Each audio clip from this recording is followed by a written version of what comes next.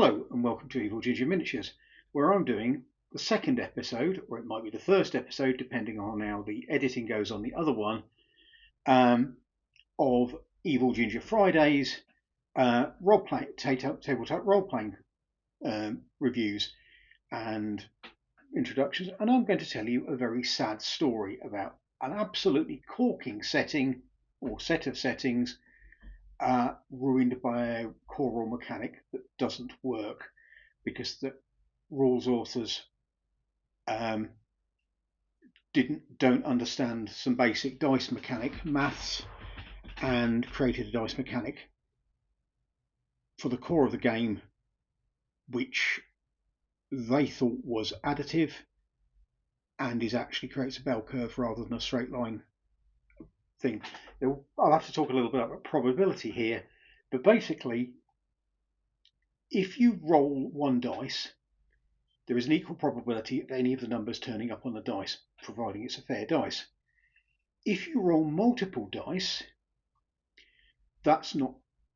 whilst that's true of each individual dice, the sum of those dice will be different. And the pattern of the sum of those dice will create what is known as a bell curve. Now, somewhere about here, I've got some paper. Let me show you what a bell curve is.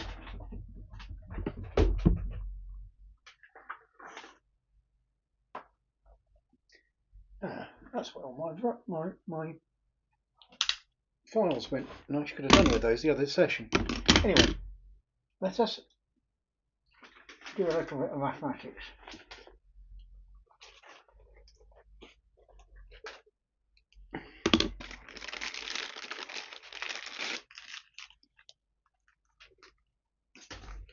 Bell curve is also known as a normal distribution, by the way. You might have heard of it by that name, but it looks like a bell. Basically, what you get is, get the Sharpie out. Now, Sharpie. I'll draw one and I'll show you what I mean. A bell curve looks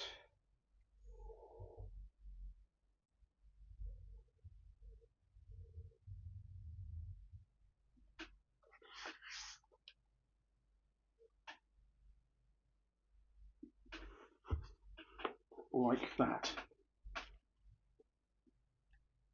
It's actually completely symmetrical in these cases, and I'll show you why it's symmetrical in a moment. It's completely symmetrical, and the peak of that that's the frequency of the number occurring, starting with the lowest, moving up to the highest, and then dropping back down to the second lowest. Now, with bell curves, you will get, with multiple dice, you will always get a bell curve. For example, I'll do the 2d6 one. So you've got possible numbers on the dice.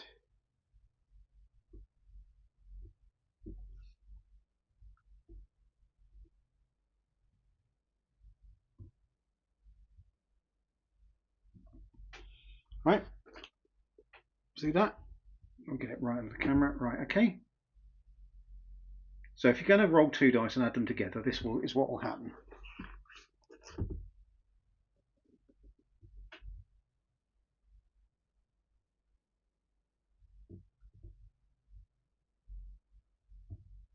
Should have done this on Excel and got you a nicer table, but was thinking about it because I wasn't planning.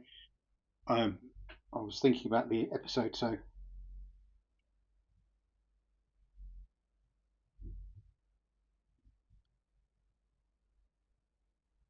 times 3,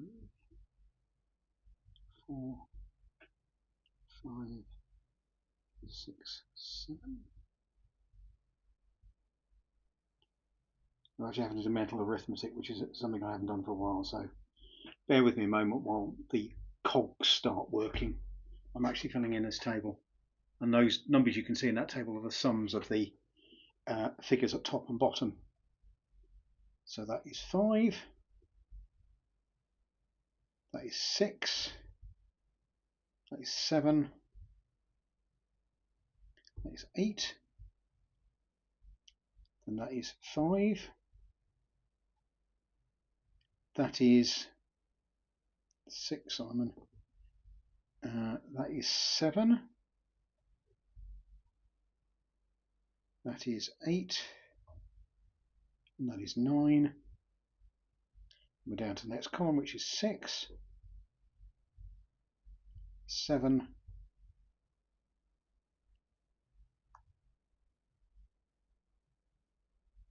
8,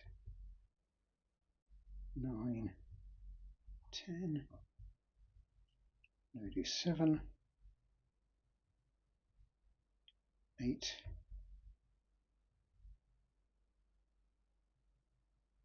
4. That's not 4, you silly man. 4 and 5 is 9.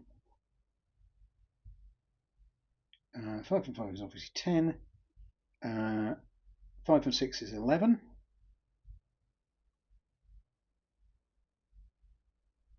And that's 8. That's 9.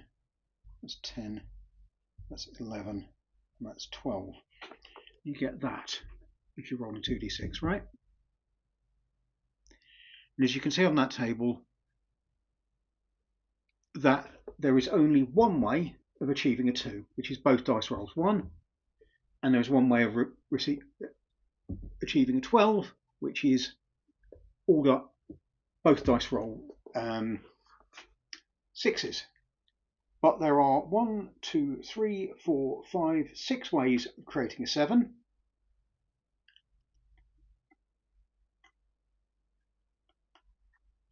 One, two, three, four, five. 5 ways of creating a 6, and so forth. 7 is the most common number, so on 2d6 you'll expect the average of your the top point of that curve here to be 7. Okay, so I can see it. The top point of this curve will be 7, and it will be symmetrical going down, and that will be 1, and that will be 12, and all of the numbers will plot appropriately. In fact, you could do this quite easily as a bar chart, which again I should have, if I thought about it and not been faffing around and tidying up the workshop and tidying up things and generally murbling and listening to another program, I'd have come up with. But basically that is what you get. Now if you do 3d6,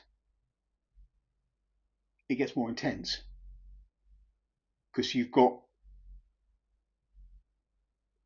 instead of 2 dice, you've got a third dice, and if you put a third dice in here, I'd have to work out the table for it, but you'll find that the average point is round about 11, and you'll get more 11s than you'll get any other number, and you will get very few 3s. We get 1 3 and 1 18.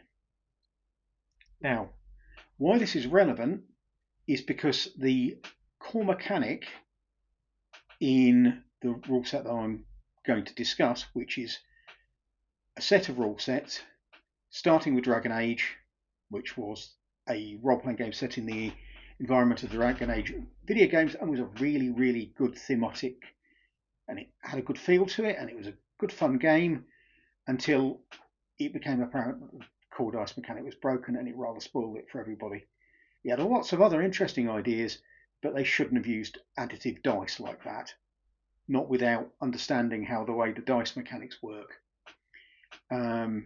Something like Dragonheart, which is a more recent game, also uses additive dice, but the writers seem to understand how the mechanic works, how it works, and to factor that in, which is why armor classes in Dragonheart tend to be fairly low. And of course 2d12 gives a different setting. There's one way of getting 24 and one way of getting 2,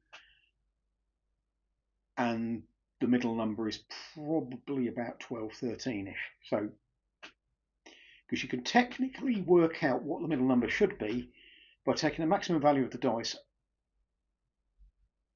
and halving it. So a d12 would probably roll a 6 most of the time. So you'd be talking about 12 for 2d12, sorry. And it's not exact, because the average on 3d6 is somewhere between 10 and 11. They're both very equivalent, because the center point is obviously not on the graph. But if you've got a mechanic that is expected to roll hit dice to hit or success on 2d6 and 3d6, and then adds factors to the thing, the system breaks down and you get nonsense. And it becomes impossible to roll, or very easy to roll dice. Say if you get a +3 sword, you suddenly find it very easy to roll 14. The mechanics just don't work, which is a terrible pity because it's a lovely set of rules.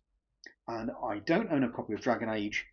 I don't own a copy of the Modern Age version of it, which again covers the Modern Age and modern fantasy. But I do own Dragon Age. Sorry, I do own Fantasy Age, which is a generic settings specific, non-specific form of fantasy. It has a very nice, this is not the core book, that's an add-on book with extra characters and extra spells and things. This is the core book. That's the bestiary. Where's the core book? I have got the core book somewhere because I've got the full set. Anyway, I couldn't find it in my pile of books, which suggests I should organise my library a bit. Add that to my list of tasks. Anyway, it's got some really lovely mechanics, some really lovely tweaks to it. For example, when you roll the 3d6, one of those is different dice.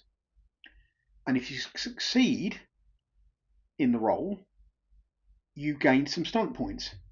And you can spend stunt points to do all sorts of interesting things, like upping your damage, doing something special, applying a status effect, that sort of thing.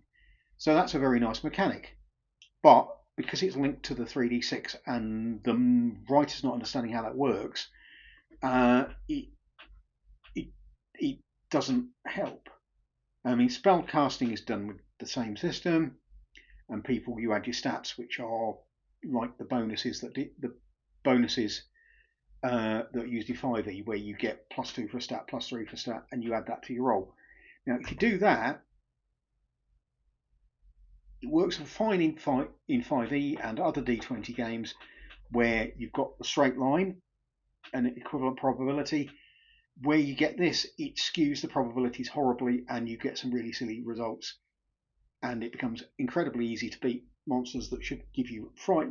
Well, if anybody's ever played the Dragon Age games, you should know that getting into a fight in them is most of the time pretty scary, and they will rough you up, and when you win, you know you've won and you need your party to work with you to do it.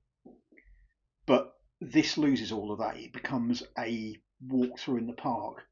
It's set on almost God mode if you get any decent characters, and once you've leveled up a few times, you will be decent characters because one of the leveling mechanics is to increase your stats and skills, and basically it just all breaks down, which is extraordinarily sad. And I haven't put the timer on because I am got so excited about this. But there is a fix for Dragon Age. It's a very simple fix. If you did it straightforwardly, you'd find that you'd lose the stunt mechanic, which, as I say, is a great mechanic to add to the game, and it adds a dynamicism, and it's jolly fun. And it's nice when your characters are uber powerful.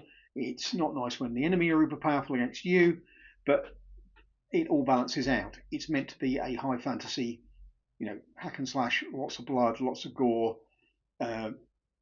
Fights are always high risk.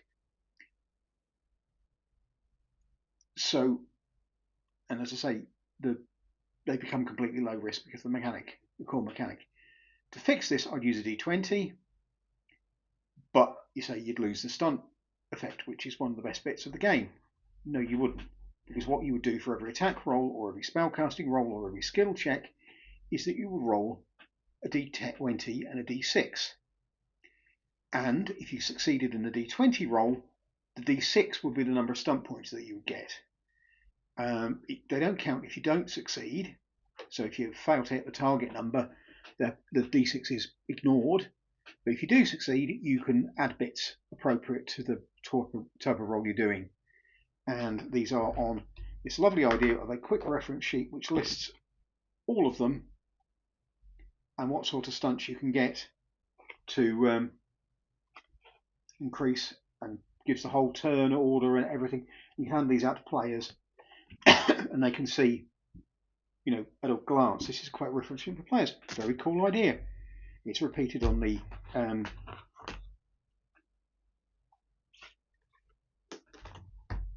on this, which is the GM shield. Unfortunately, it's one of those GM shields that does it long ways rather than upright. I think this was one of the first ones that did the same thing that D&D 5e does with DM shields. They're not high enough for my liking. If you're going to hide stuff from the players, you need a proper GM shield, which is a bit higher than this. But as I say, it's a nice shield, and it's got all the bits on it you would think. In addition to the core rule book, which I don't have to hand, I think it's somewhere in a pile of books somewhere else in the house where these were. You have an extended bestiary with another 50 interesting fantasy monsters, which are quite different from the D&D ones. There are some basic ones in the main rulebook, and then there are lots more character classes, well, class ideas, because there are not very many character classes in the game. There are basically warriors, rogues, and magicians, but there's quite a lot of variety in what you can do with both of those. They're effectively the three character class choices that you get in Dragon Age, and they continue into the other games. Well, I'm not so sure about Modern Age because I've never actually read it. I was going to get it, but didn't after the mechanic issue became apparent. So, it's a nice system. It can be fixed. In fact, if I run it for anybody, I will fix it, and we'll see how it goes. But it would be a playtest in part of what I'd done to fix it. I'll drag the books out and do a full photo set of what's going on and post it around about the time I do this video, but we will leave it there, I think. Dragon Age, Fantasy Age, lovely set, good epic setting, spoilt by a core mechanic created by someone who didn't really understand dice mechanics and the probability maths that go with it. It's not exactly complicated probability maths. I mean, I learnt it from the front of the first edition GM's guide, which had quite a section on it, and allowed me to deal with the players who didn't have a d20 with them and decided that they might want to roll 2d10s and add them together. And I would point out that they would miss an awful lot because they would tend to roll 11, which is the average of 2d10. Bit of interest, bit of fun, and as I say, Dragon Age is a great game. Setting. Fantasy Age is a very thoughtful, great game. Setting, unfortunately, the core mechanic needs to be adjusted to make it work. Anyway, I think that's enough from me, and I didn't set the timer, so I have no idea how long this is.